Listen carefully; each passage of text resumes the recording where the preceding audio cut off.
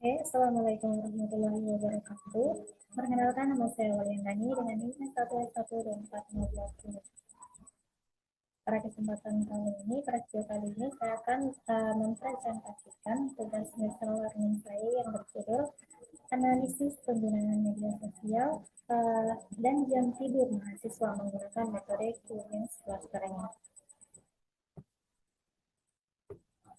Nah, mengapa saya mengambil judul ini? Jadi karena penggunaan media sosial yang meningkat pesat di kalangan mahasiswa diduga berdampak pada pola tidur dan prestasi akademik. Nah, penelitian ini menggunakan metode Clemens Clustering untuk mengelompokkan 544 mahasiswa berdasarkan pola penggunaan media sosial, durasi tidur, dan persepsi terhadap IPK. Nah, hasil analisis ini diharapkan dapat mengidentifikasi karakteristik setiap kelompok serta memberikan rekomendasi untuk menyeimbangkan penggunaan media sosial, kualitas tidur, dan prestasi akademik. Nah, metodologi yang saya gunakan yang pertama adalah algoritmanya, yaitu algoritma yang saya gunakan adalah K-means clustering. Ini merupakan jenis unsurvived. Nah, tujuannya adalah mengelompokkan data berdasarkan kemiripan karakteristik. Untuk datanya sendiri, sebanyak 544 mahasiswa.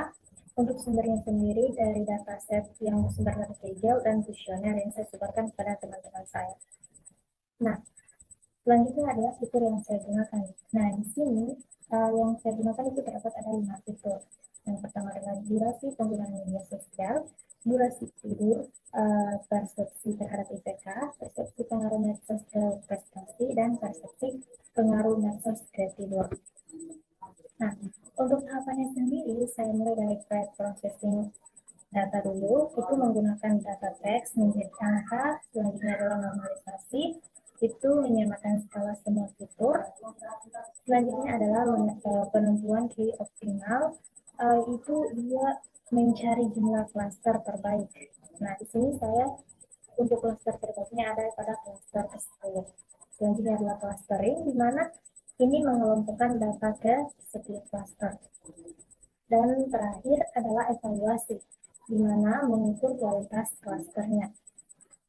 Dan selanjutnya adalah deployment, di mana untuk deployment sendiri ini saya menggunakan platform Streamlit Cloud. Untuk diakses online-nya dapat diakses melalui link https clustering media sosial streamlit.com. Nah, selanjutnya adalah distribusi cluster. Nah, kan tadi seperti yang saya jelaskan sebelumnya, saya mengambil 10 cluster dari 544 responden. Nah, dari 10 ini untuk cluster pertama itu sebanyak 63 responden.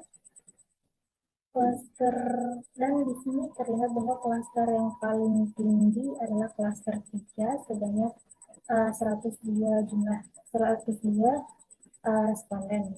Dan yang terendah itu ada pada klaster 8, yang terkecil itu dengan jumlah responden sebanyak 24 responden. Nah, untuk 3 klaster teratas, yaitu klaster 3, klaster 6, dan klaster 7 itu merupakan klaster teratas dengan yang mencakup 46,8% jumlah responden. Nah, untuk karakteristiknya sendiri dari setiap klaster itu berbeda-beda, di mana untuk klaster pertama itu dengan jumlah 63, IP-nya itu pengguna media sosial yang berat atau pengguna media sosial dengan waktu yang cukup lama, dan untuk jam tidurnya sendiri itu kurang. Selanjutnya adalah klaster kedua dengan jumlah responden itu sebanyak 54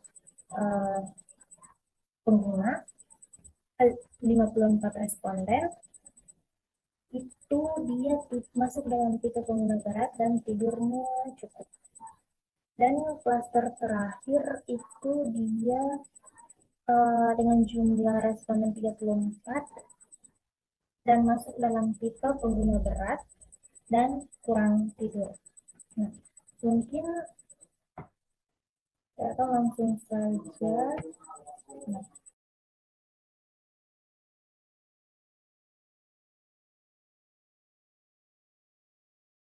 untuk 14 ini dapat dilihat itu penentuan jumlah klasternya.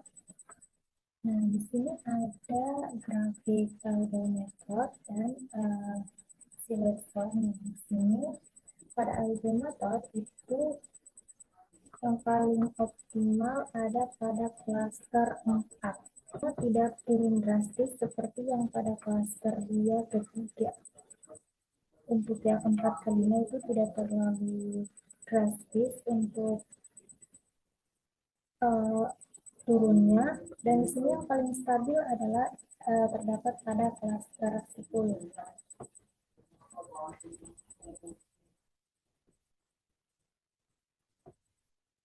Sedangkan untuk pada skornya itu yang tertinggi itu 0,61 itu pada klaster 10. Itu nah di sini prediksi clustering untuk data testing di mana saya menggunakan dari 544 data responden tadi data tadi, saya menggunakan 25 data terakhir untuk data testing. Nah, selanjutnya itu masuk pada panel dan deployment. Seperti yang saya jelaskan sebelumnya, dan dapat diakses untuk link dapat diakses secara online hasil dari deploymentnya.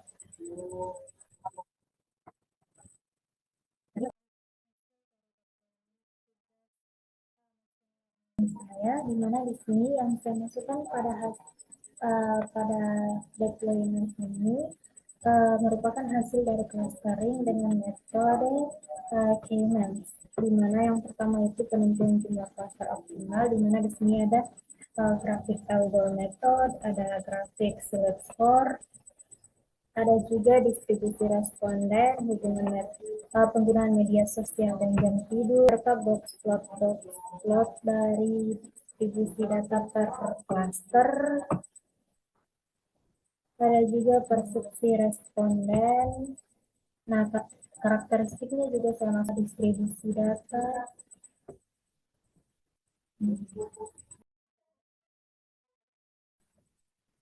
Jadi berdasarkan tugas yang saya jelaskan tadi, saya menyimpulkan bahwa berdasarkan analisis clustering menggunakan metode K-means pada 544 responden itu berhasil terbentuk 10 cluster dengan karakteristik yang berbeda-beda. Nah, metode evaluasi dengan select score itu sebesar 0,7 yang termasuk dalam kategori baik, serta akurasi testing mencapai 95% sehingga memenuhi target yang saya inginkan. Nah, tadi dapat dilihat bahwa kelas ketiga itu merupakan kelompok terbesar dengan responden sebanyak 102. Ini mencakup 18,8% dari keseluruhan jumlah responden. Ini didominasi pengguna media sosial yang lama dengan durasi tidak cukup dengan hidup tidak cukup. Nah, ini menunjukkan bahwa menggunakan media sosial yang tinggi tidak selalu berdampak negatif pada akademik mahasiswa. Yang penting itu diimbangi dengan manajemen waktu yang baik. Nah, mungkin itu saja presentasi saya terkait distance learning. Saya akhiri dengan ucapan Assalamualaikum warahmatullahi wabarakatuh.